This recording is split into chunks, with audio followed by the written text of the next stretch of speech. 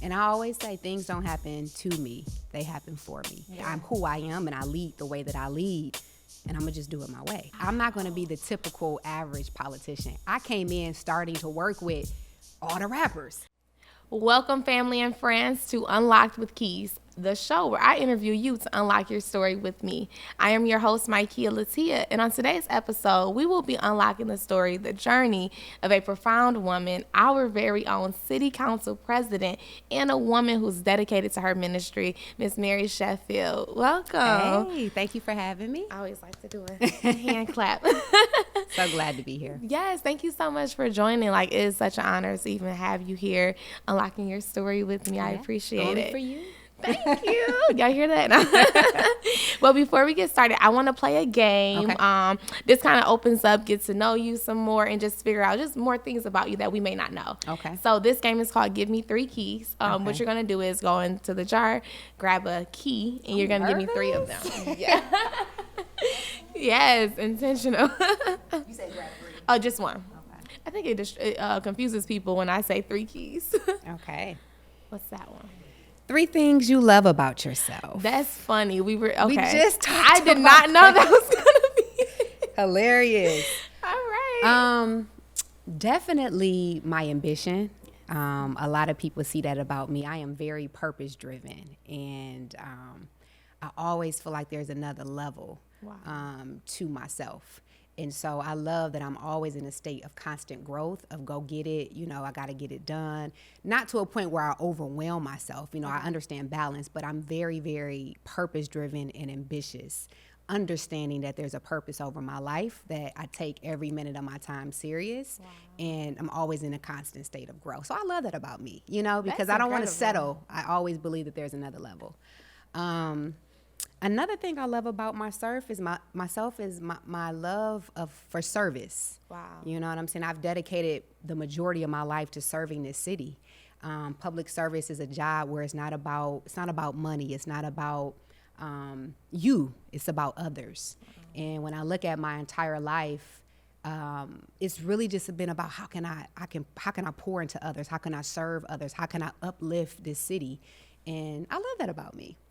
And then I think the third thing is I think I'm a cool person. Yes. I just think in the midst of everything that has happened in my life, I am a very, very laid back, down to earth, very humble person. And you know, in the midst of titles, people lose sight of that. Yeah. You know, the legacy that I have, you know, people that I've met, rooms I've been in. I'm a very humble and down-to-earth person, and I love that about me. Yes, I totally agree. I am with you. I feel that from you because I was telling you what really drew me to you was on Clubhouse, the app, when you had the what was the segments called again? Oh, about finding your purpose? Yes. She's purpose-driven. Makes sense. Yes. I love that you because when joining Clubhouse, it was kind of like you don't know what to expect, and honestly, it's some not knowing it could be a bit intimidating. Mm-hmm. Like I don't know. You know, even though it's just audio, I don't know. Right. And so I saw yours and I was like, okay, I'm going to join. The next thing you know, I was I forget what is it called when you're in the speaking room or on the floor. In the room, right. Yeah. So I was like, ooh, okay, we're going to give this a try. Yeah. And so you were helping people build their story and giving them feedback off of what their story was, right? And I love that. Yeah. So now, since you had me tell me my story. Because you had me think and really dive into, okay, why am I here? Right. What, occurred in my life that made me say, I need to do better. I need to reach that other level as you speak about, what was it? And you really helped me unpack that. Wow. Yes, thank you. That's amazing. And look at you now. Walking in it, walking in your purpose. Yes. Yes. I actually have like the whole, like a bunch of paragraphs and I wrote out what you were saying, do this, do that. So I want to ask you to unpack your story. How would you, really explain how did you got to where you are today? What was that experience? What was that, shift in your life where you're like, I need to reach that other level, that next me? Yeah. Well, I oftentimes tell people I was born into this. I come from a legacy of civil rights activists and individuals who served. I grew up in a servant leadership household. I believe that we are shaped by what we're exposed to in our environment. So I really feel like I didn't have a choice. Okay. But by the grace of God, as I started to embrace myself and get into it, I started to love it. Wow. And so when I was a young girl, I used to march with Jesse Jackson and L. Sharpton and Dick Gregory and Cornel West. I knew all of these people as a kid. Like, my dad would keep me around him. And so it was just a part of my DNA. It was a part of who I am. And then the older I got, I just started to understand the importance of how public service and social issues are tied into politics. Mm-hmm. So I said, maybe I should run for office. And by the grace of God, my dad actually kind of encouraged me to do it.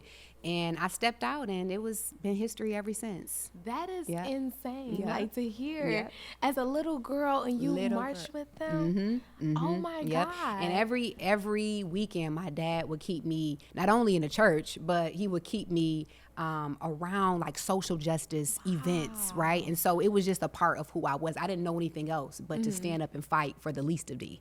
And so that's why pretty much my platform and everything I do to this day incorporates the values that were instilled in me when I was younger. Wow, I love that. Mm-hmm. Tell me, because there may be people who don't understand the importance of social justice. Mm-hmm.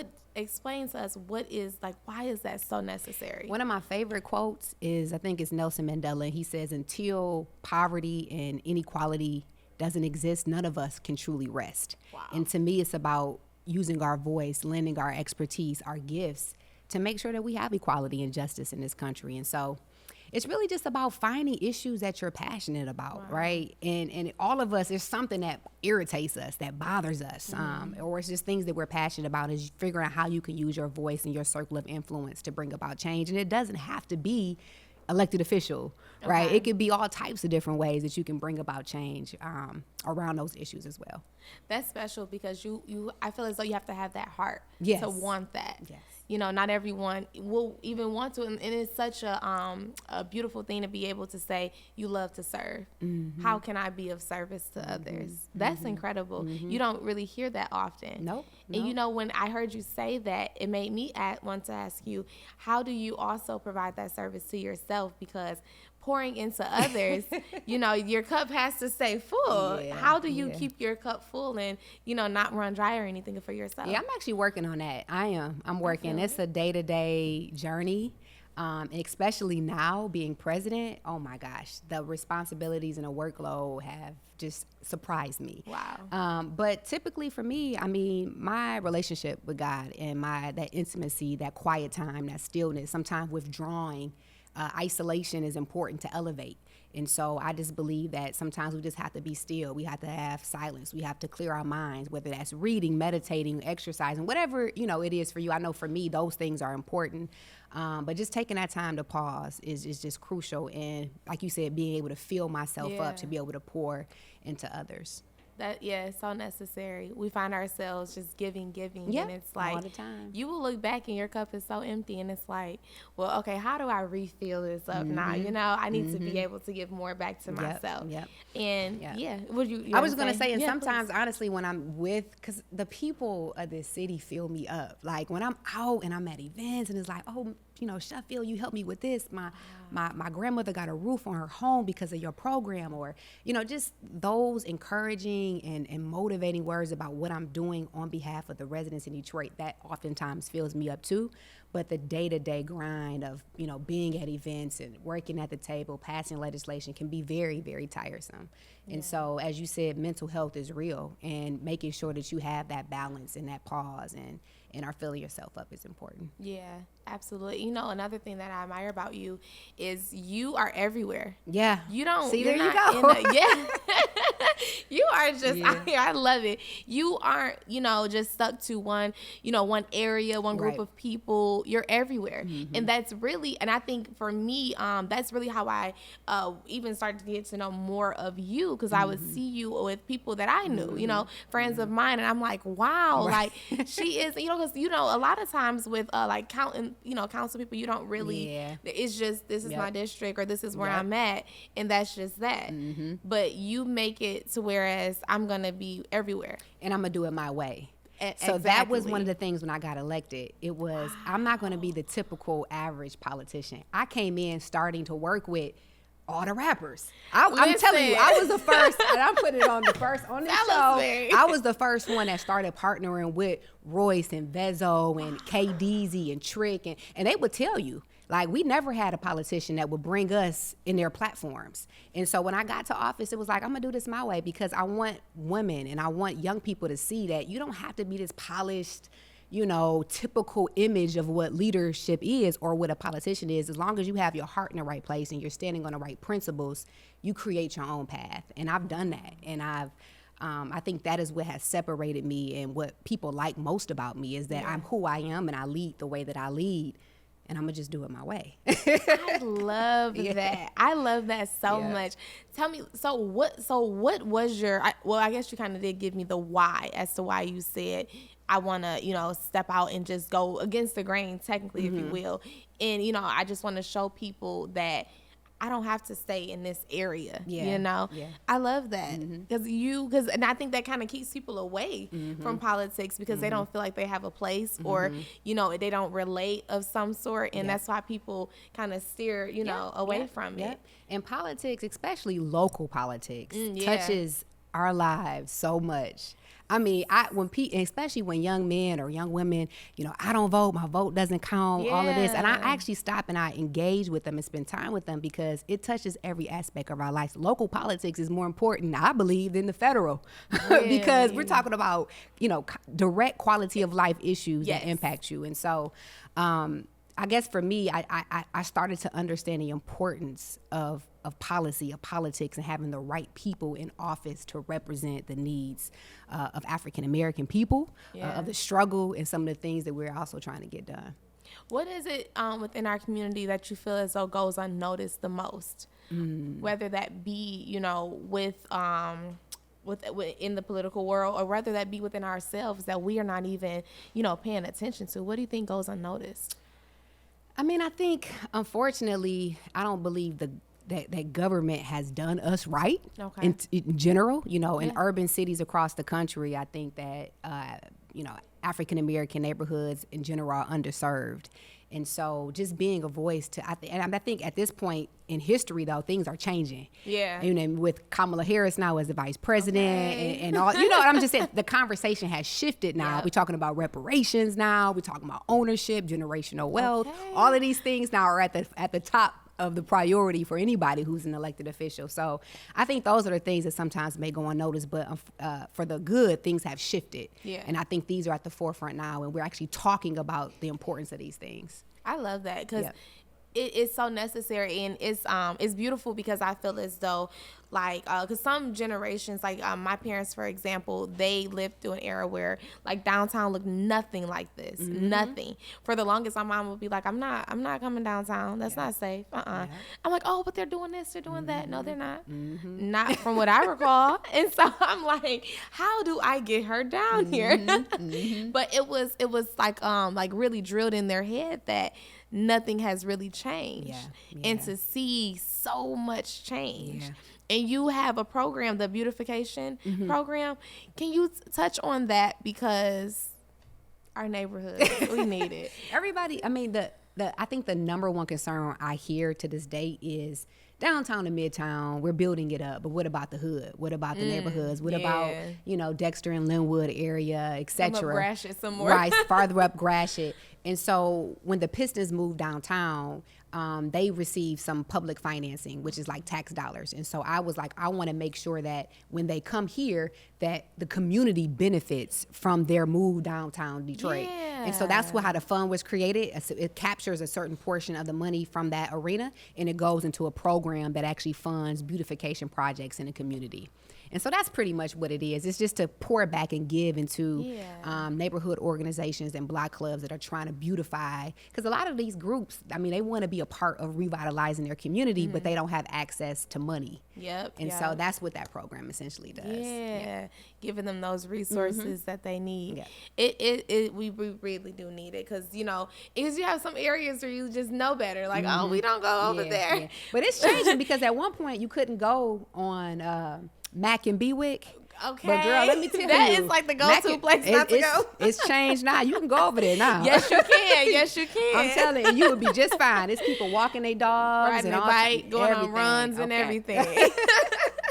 That is so funny. It's hilarious because my parents are literally, they'll be shocked, like, oh, because my dad actually grew up on Seminole. Yeah. And my mother, Gratiot and Van Dyke. Oh, so that's they're my district. Oh, okay, yeah, right. Yeah. So they're really familiar with the area. Yeah. So when they go through it and they see, like, oh, wow, like, this is different. Like, you feel good. Yeah. You want to feel safe. Like, this is our home. It's our home, but one of the things that we have to make sure that we're doing is the pace in which Detroit is changing, the ownership.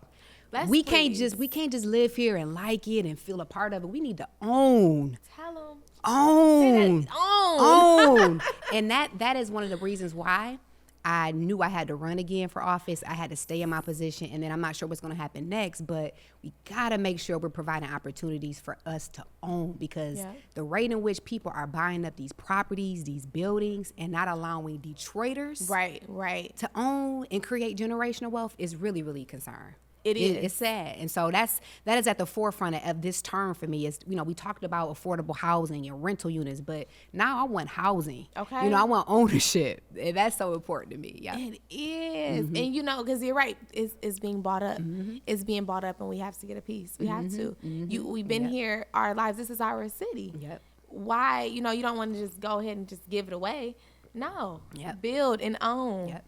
Yep. I love that. And that's a part of that is education. It's letting young people know, teaching them financial, one-on-one, how do you own, how do you balance your checkbook, things of that. So we're not taught that in school. Right. And so I think as an elected official, I think government too, should be responsible for helping to educate our young people. And so that's something I'm gonna really, really be working on, honestly. Yep. You are doing an amazing job. Thank you. Like, I love it. Your spirit is just so incredible. Yeah. And it's so necessary. We don't, I have to be honest. I think you are one of the first, city council, or you're the city council president. Let me be very clear. But even just on the council side that I was just so drawn to. I appreciate that. Yeah. And you are doing an incredible job. You are, because like you said, you're doing it your way. You're so genuinely for the people. So genuinely for the people. I hear that all the time, and that's what I let drive me, honestly. And it's a tough environment, because you can't please everybody, right? And as hard as you work, someone's always gonna have something to say, but you got to keep focused on what God has called you to do, and do the best that you can, you know. And that's what always guides me. Yeah, you have the new rights to counsel ordinance. Yep. Can we talk about that too, as well as what you've also done for the people and with the evictions that's been going on? So every year, about 30,000 evictions are happening in Detroit. 30,000, and out of the 30,000, only 4% of tenants actually have an attorney to fight the case. So you got to think, if only 4% have attorneys, a lot of those 30,000 people are losing their homes at the 36th District Court. And so what we did is propose, and it just passed, which I'm excited about. Congratulations. Thank you. Is a program that provides a free attorney for low-income families who are facing eviction.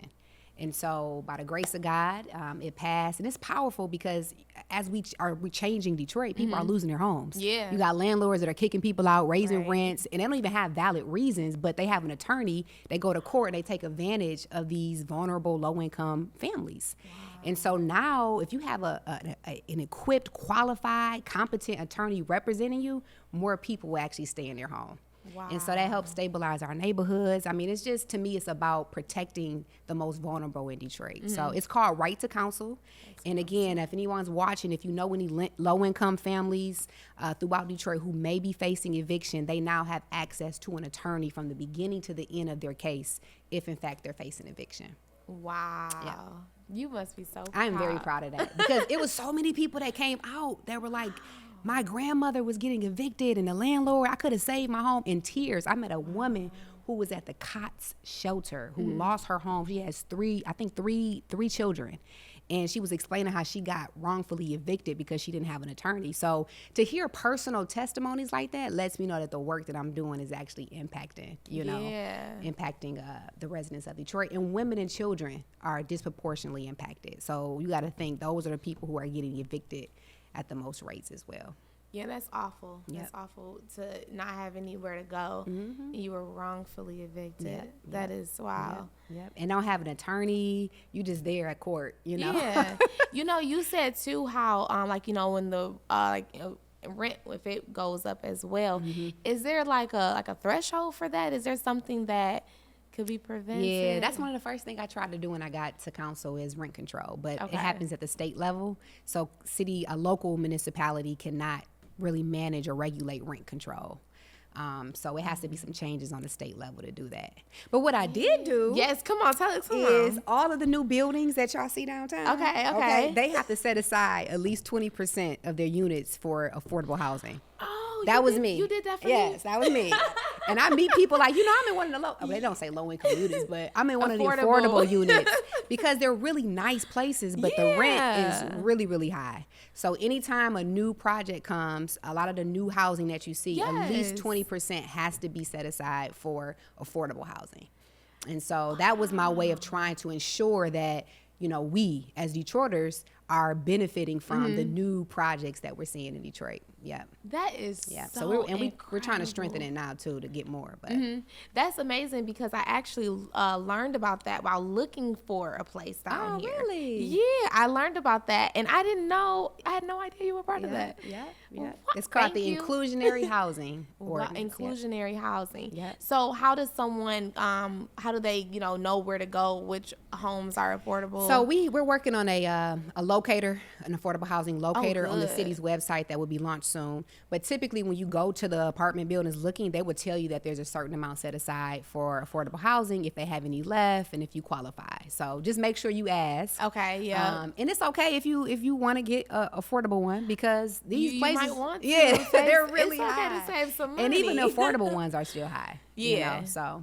Yeah, that's amazing. Listen, you got to be proud of that. That's incredible. Like I'm budgeting, saving some money, and I live downtown in a nice area, a nice place. Yep. Yes. Another thing that you have going on is your next level shift coaching.